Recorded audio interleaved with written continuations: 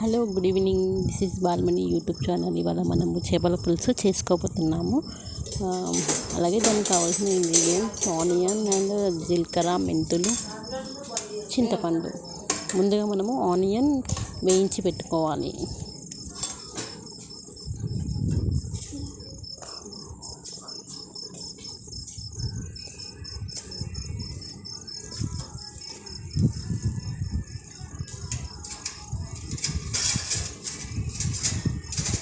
Onion మంచిగా రెడ్గా అయ్యే వరకు వేయించుకొని పెట్టుకోవాలి.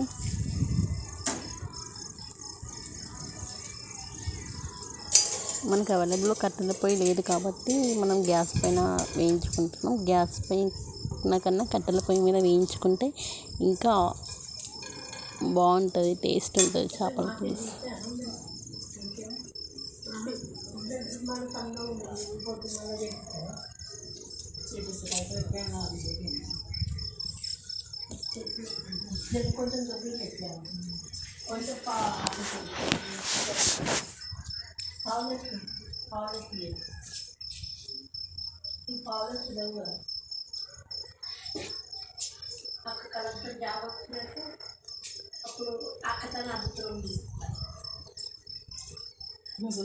బంగారం చూసినట్టు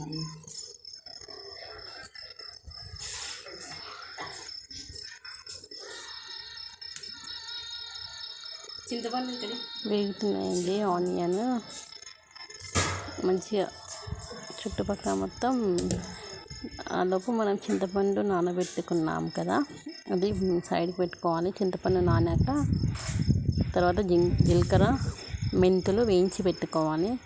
అది కూడా జీలకర్ర, మెంతులు వేయించి పెట్టుకున్నాక మనకు జీలకర్ర మెంతులే కదండి మెయిన్ చేపల పులుసులోకి ఇంపార్టెంట్. అంటే పులుపు, ఆనియన్, త్రీ ఇంగ్రీడియంట్స్ తోటి చేపల పులుసు. ఈ మూడు ఉంటే చేపల పులుసు చాలా టేస్టీగా అవుతుంది. అలాగే మనం చింతపండు రసాన్ని తీసుకొని ఇట్లా స్మాష్ చేసుకొని పెట్టుకోవాలి. దాంట్లో కారం, ఉప్పు అండ్ పసుపు అన్నీ కలుపుకొని పెట్టుకోవాలి. మనం ఇంతకుముందుకు చూసాం కదా ఆనియన్, జీలకర్ర, మెంతులు, అది మిక్సీ పట్టుకొని దాని పేస్ట్ అనేది ఈ పులుపులో కలిపి పెట్టాలి.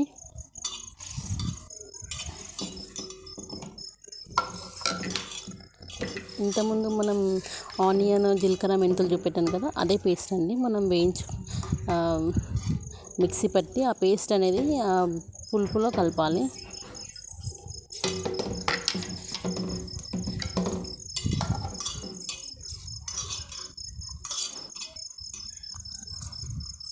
మంచిగా మొత్తం అన్నీ కలిసేలాగా కలుపుకోవాలి. అందులోనే ఆయిల్ పోయాలి.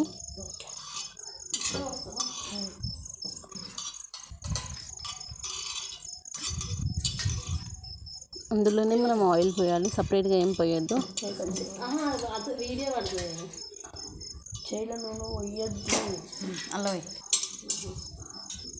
అందులోనే మనం ఆయిల్ పోసేయాలి. తెలియలేదు అనలేదు. ఆయిల్ పోసి కూడా కలపాలి.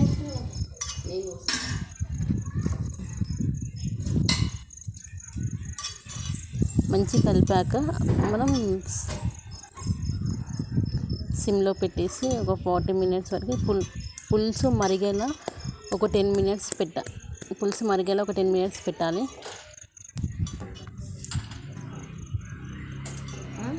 అయిపోయింది అక్క.